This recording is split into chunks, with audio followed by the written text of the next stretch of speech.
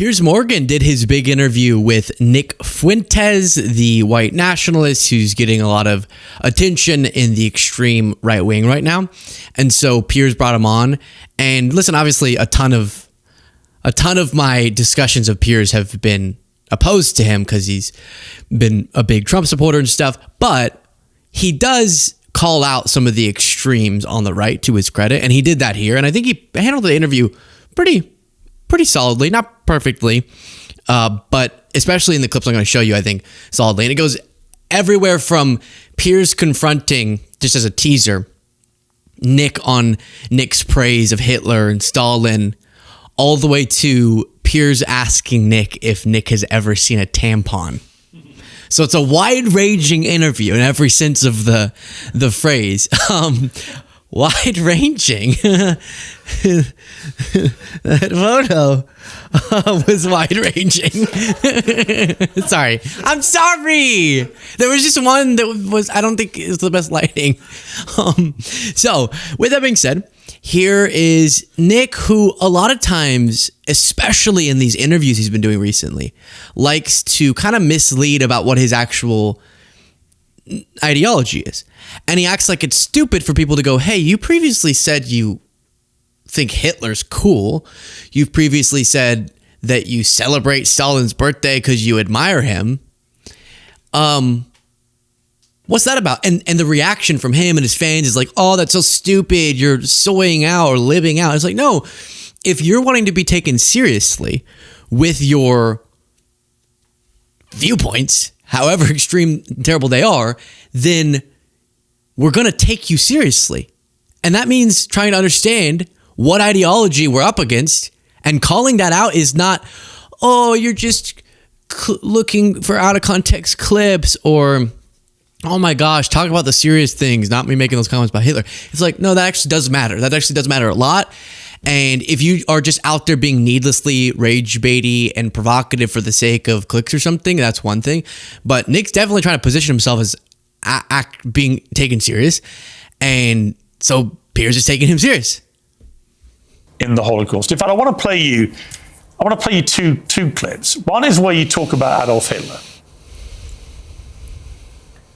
Hitler was a pedophile and kind of a pagan. It's like, well, he was also really fucking cool. So, you know, time to grow up. We're not children anymore. Am I right? Am I right? Am I right, boys? Am I right? Let's go. He was also really fucking cool. Do you regret saying that? Saying a fact? No, that's absolutely true. You think Hitler was very fucking cool? Yes, I do. And I'm tired of pretending he's not. Well, to be honest, this is the problem, you see. It's a bit like when you just say, I'm a racist. You're a racist who thinks Hitler's cool, but you're not anti-Semitic. If you're a Jewish person watching this, what are they thinking? I'll tell you what they're thinking, because I've got a friend of mine called Danny Finkelstein, who, when he heard I was interviewing you, he's a Times journalist in the UK, very eminent journalist here, and author, who wrote a book about his own family's experiences at the hands of Hitler and Stalin, because you also told Tucker Carlson that you admire Stalin. But let's just take what Danny said here. Hi Piers, it's Danny Finkelstein here. As you're interviewing Nick Fuentes, you might try suggesting to him that he reads my book, Hitler, Stalin, Mum and Dad. It's called Two Roads Home in the United States. Since he says he's on Team Hitler, you might like to ask him about the fact that Hitler arrested my mum, tried to starve my mum to death, did starve my grandmother to death, sent my great aunt to the gas chamber, my great uncle, my cousin. My grandmother on my father's side ended up being one out of 7 children, the only one that survived the war. So you might ask him whether he wouldn't rather be on Team Mum rather than Team Hitler. And as for celebrating Stalin's birthday, well, Stalin took my father, sent him to a state collective farm, sent my grandmother and to a state collective farm, sent my grandfather to the Gulag. You might try asking him why he doesn't celebrate Dad's birthday rather than Stalin's. It may all be a big joke to him, but he complains that he was 18 when someone tried to cancel him Well, Stalin and Hitler arrested my mum and my dad when they were 10 years old, so perhaps he might like to reconsider his joke. And again, you're about to see it's not a joke, because that's the defense. And this is actually how they dog whistle a lot is, oh, he's just being edgy or witty or comedic by saying the thing you're not allowed to say. That's like the defense of Kanye too. No, his song about Hail Hitler is like just proving a point about how you can't say certain things without getting canceled. So you're uncancelable if you can say them, but not get. But if you watch enough of Nick, you see, oh wait, it's not a joke. And that matters. And the response of, no, it's a joke, or you're so cringe for caring about those sorts of statements, prove that if you are wanting, like for those fans, if you are wanting to be a part of a political discourse that has very real consequences, then I'm going to take you seriously, and it's not all just fun and giggles when you're making outrageous statements. And that's what Nick's he's trying to get back into mainstream polite society as a political activist and voice. So then the words matter. And it's obvious when someone's telling a joke. It's also pretty obvious when someone's maybe in a lighthearted way actually dog whistling about something. And those sorts of clips are a shorthand for the broader ideology that he represents. It's not just that you said something sometime about him. It's that it's quickly gives us an answer to the question of what does this guy really believe when he's out pretending sometimes to be less extreme on different platforms. See, that's the reality of your jokes, although I haven't ascertained yet whether you are joking when you say that Hitler was very fucking cool. Are you joking, or do you actually think he was very fucking cool? The most genocidal monster of the last 150 years? Yeah, the thing is, my generation, we're just done with the pearl clutching. You know, yeah, you might be, but then your generation hasn't gone through what Danny Finkelstein's family went through. So maybe the pearl clutching has a way to go for families whose family members were murdered. Yeah, we got all that. We, me mom, like we're, I don't even know who this person is. Why is this? So again, you see, he tries to do I'm just like too cool and young for this discussion. But first of all, we are all in the same generation as Nick. And I can say, you don't speak for our generation over whether or not we're tired of quote unquote pearl clutching. But it's not about, you said something offensive once and people can't get over it. It's that you repeatedly signal what your actual core views are. And one of the ways you learn about someone's broader ideology, as opposed to just a take on a particular political subject, is hearing about which historical leaders they admire. That is a good way to go, like, what? If you could ideally select a leader, who would you pick? Let's talk about real people throughout history. It actually does give me a lot of information about you. So it's not soy, pearl clutching to go, you are so consistent in letting, as Piers will word it in a little bit, letting your mask slip, that we kind of know who you are and what you stand for. And your cowardly way of trying to misrepresent yourself isn't really working. Person talking to me, this old British guy is saying me mom got killed by Hitler, because he doesn't find it funny when you say Hitler's very fucking cool. I don't care. I don't care. I know you don't care. That's fine. You don't have to care, but he does care. Does that guy care about America? Does that guy care about me and my country and my family? No. He cares what you, a prominent conservative in America, has to say about Adolf Hitler. Now, what do you mean by Hitler is very fucking cool? Because I think he's very fucking a monster. Okay. And that's a clip. I think he's very fucking a monster. Do you hear yourself? Yeah, I mean, can we all grow up? I do. Can we all grow up? He murdered 12 million childish. people. He murdered 12 million people. What is very fucking cool about that? Tell me. The edits. It's just cool. The uniforms, the parades, So you see, he's 27 years old and he's calling Piers childish. Your ideology is, number one, obviously one that exudes a bunch of hatred and dangerous ideas, but it's also so simple. Such a simple, flimsy, surface level set of positions where he admits he's the one being childish, saying what's cool, not the consequences of Hitler's leadership, but the cool edits. Him standing in front of large crowds and something Aryans. That's the sign of someone that you would never trust for serious political analysis. I'm as you can tell, probably I'm setting aside the deep dangerousness of, like Hitler apology or whatever, because that's obvious with him. More what I'm trying to examine is lately a lot of people have been apologizing for Nick by going, well, I think he's actually voicing a real thing on this issue, that issue. And in reality, it's perfectly reasonable to get that shorthand of what he believes on a deeper level, and his stop being a child, stop pearl clutching response doesn't really dispute that. It's cool as a guy. You look at World War II, and it's fascinating, and it's interesting, and it's compelling, and it's cool. And, we're just tired of saying these kinds of things. We want to talk like real people and give our honest opinions. And then we literally get an old Jewish guy from England who's going to say, oh, that's not very funny, mate. Me mom. And it's like, shut up. No one is in favor of genocide. So let's just get that out of the way. We're not in favor of a Holocaust or genocide. Do you think if half your family had been wiped out by very fucking cool Hitler, you'd still think he was very fucking cool? Or would you think that actually he was a despicable monster who murdered 12 million people, who targeted people because they were disabled or Jewish or Romani Gypsy or whatever it may be, and that he systematically destroyed people, incinerated them in gas chambers? Do you think that you would find it very fucking... And again, another thought is it actually proves how little Nick... I'm trying to figure out how to word this correctly.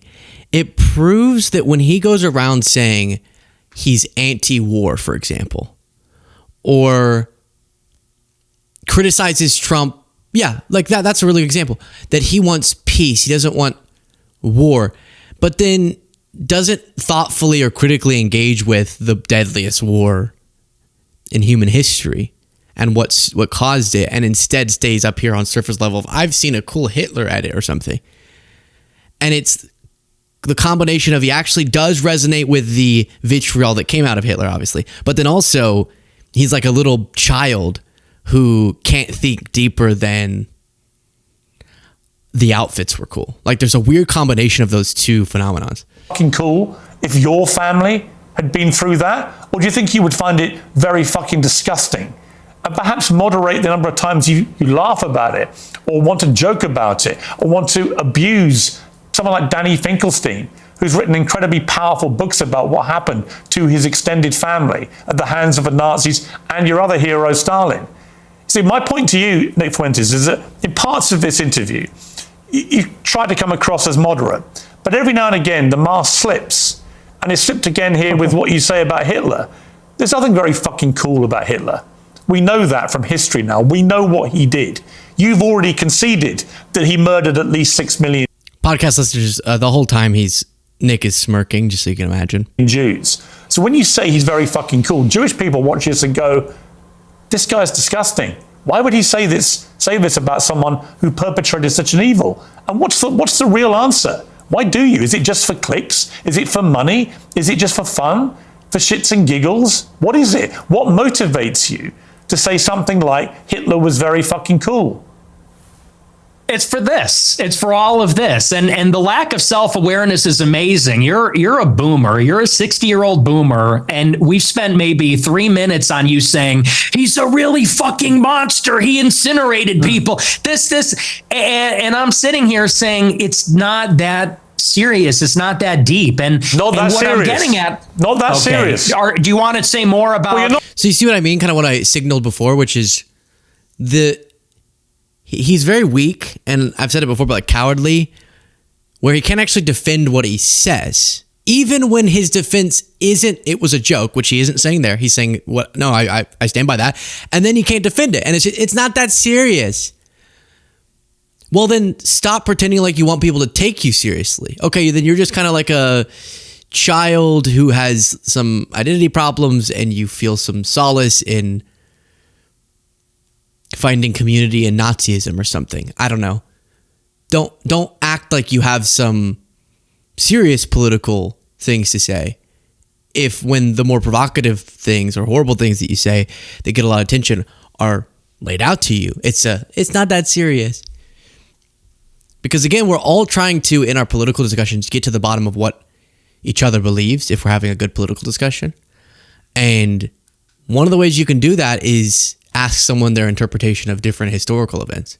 He's a monster. You're not a kid yourself anymore. You're not a teenager. I know. Right? You're nearly 30, to be clear. Yeah, okay? You're a fully formed adult who has a brain, right? And at some stage, that brain is taking you off these rabbit warrens. Is this an interview or is this a lecture? Can I respond to what you're saying? I want you to explain why you think it's fine to say how fucking cool Hitler is and to dismiss the very powerful 90 seconds from a British journalist who lost a lot of family members to the Nazis in such a callous, dismissive manner. I don't think it's powerful. I think we've been hearing that our entire lives. Okay. The Schindler's List. Let's just be honest. The propaganda is over the top. We have been brought in America. What about the Schindler's List? Tell me about the Schindler's List. Well, tell me about the Schindler's List. I'll tell you about it. We have been browbeaten as a people, as Americans, as Westerners for our entire lives. And do you know what this has done? It has taken away any sense of pride, any sense of love. All right, I'll pause there. It just goes on and on and on that one. But it's wild that that's where he gets to, which is his reason for making statements like that.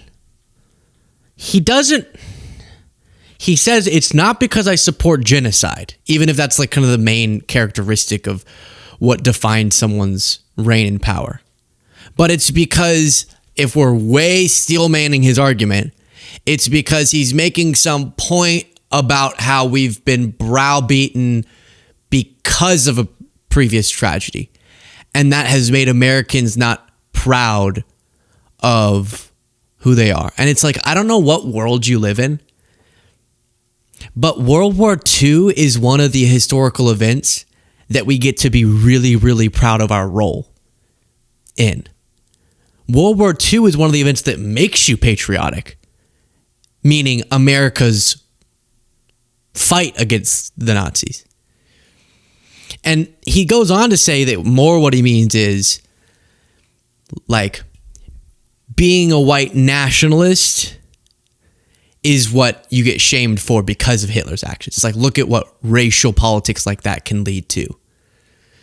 But yeah, that's probably why you get so mad when it's brought up, because we do have historical examples of how your ideology goes wrong really quickly. So yeah, I'm sure that triggers you, but it's not because we're over here being too sensitive or we can't move on from something. It's that the best way we can have a thoughtful set of political prescriptions is to have a good understanding of history and then to have the correct takes on history. And that's one of the things that informs our opposition to your current ideology is previous ideologies that it mirrors and seeing the consequences of that. So that's actually a very productive political discussion that doesn't deserve a, this is so unserious. Oh, we're really doing this. We're going back 80 years. Come on. And then it's obviously just sickening that so many people see that and they're like, yeah, he nailed it. Haha. See, they don't get the elaborate way that he's saying he does mean it, but he doesn't, but he does, but he doesn't, but it's not serious, but it is serious, but take me seriously, but it's not serious. If I ever get criticized for anything I say, he's doing 40 checks is one. I've already seen it, is his followers' reaction to interviews like this. But wouldn't you want to come to somebody that is very clear about what they believe and why, and then justifies it? You could play any clip of me to me and say, explain what you meant, and I would feel great about it. It wouldn't be, oh, this is so ridiculous, you're bringing that up. Any clip, ever. I mean, unless you find like me in a music video when I was 19.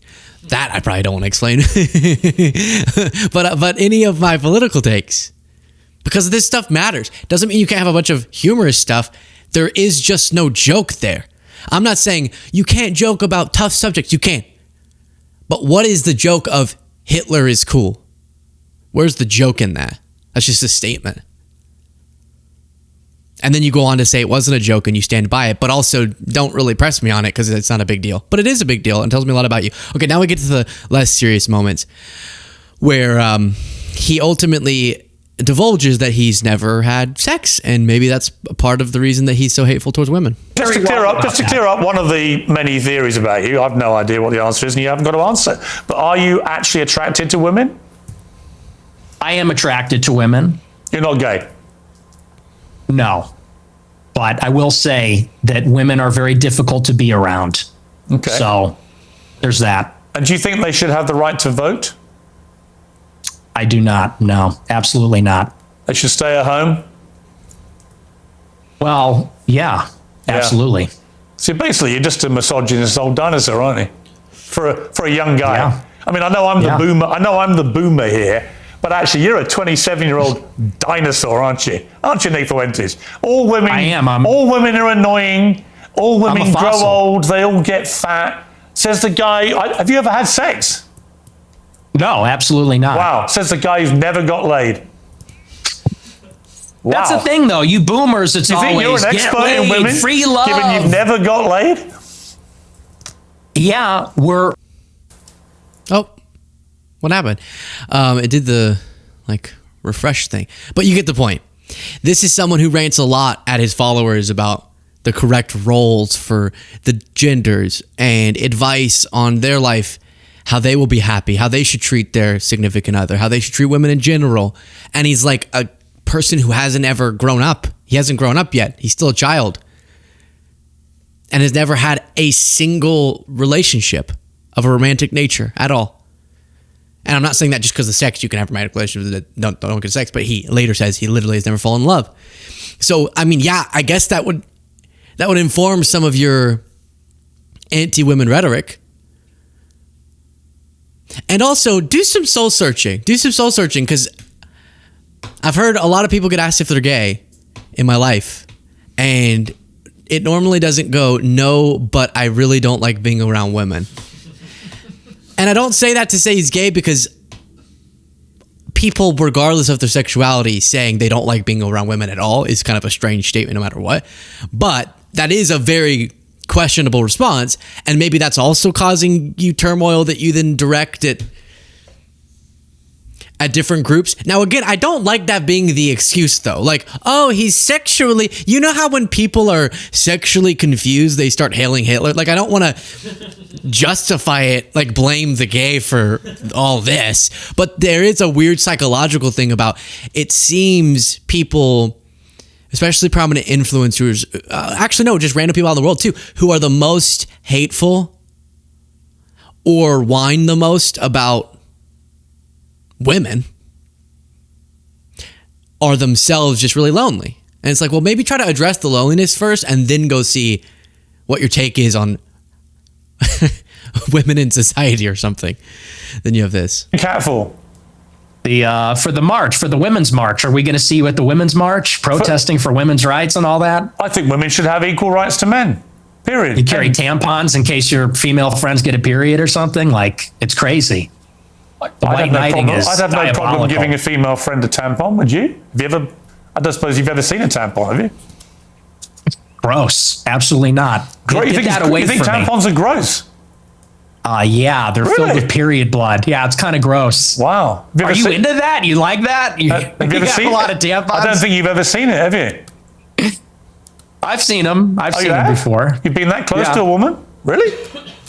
No, I've seen them. Look, I used to live with women, so I've seen them around the house. I bet you've seen videos, haven't you?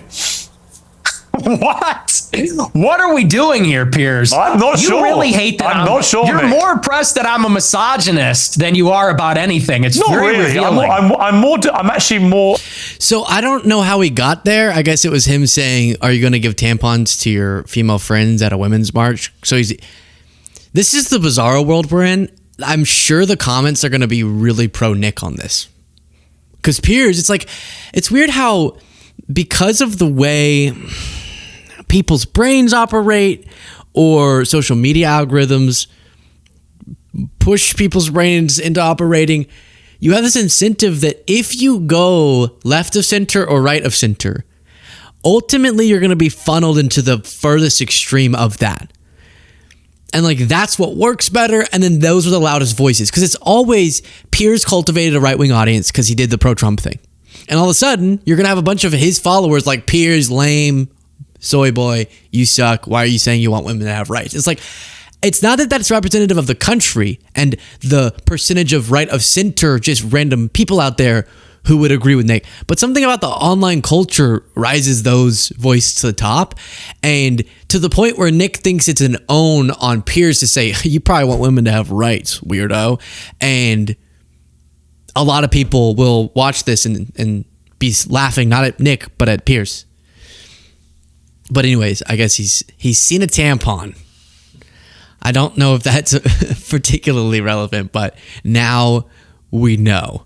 It's funny because Piers asked some good questions on that. Like, have you ever been in love?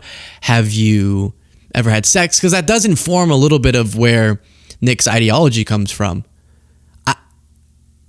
I don't know if the tampon one was as illustrative. I don't think it was illustrative for what makes Nick. This is something that happens. If you don't see tampons by a certain age, you go Nazi, I guess, is the takeaway that we have. And that's where I'll leave it, I guess. Then you have this. Have you ever been in love in your life? No. No, like romantically, no. Yeah, never. No. Do you think that's part of the problem? What's the problem? Why you are the way you are. Oh, and what's the way I am? What are you trying to say? I've given people 2 hours of the way you are. Childish, hateful, strange, antisocial, struggling with resentment towards women. All those clips really made me think. They made me ponder, much like Joe.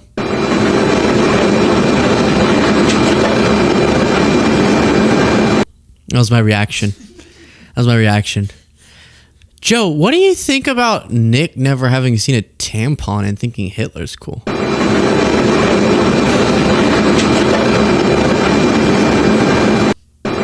Right. I'm with you. Exactly right.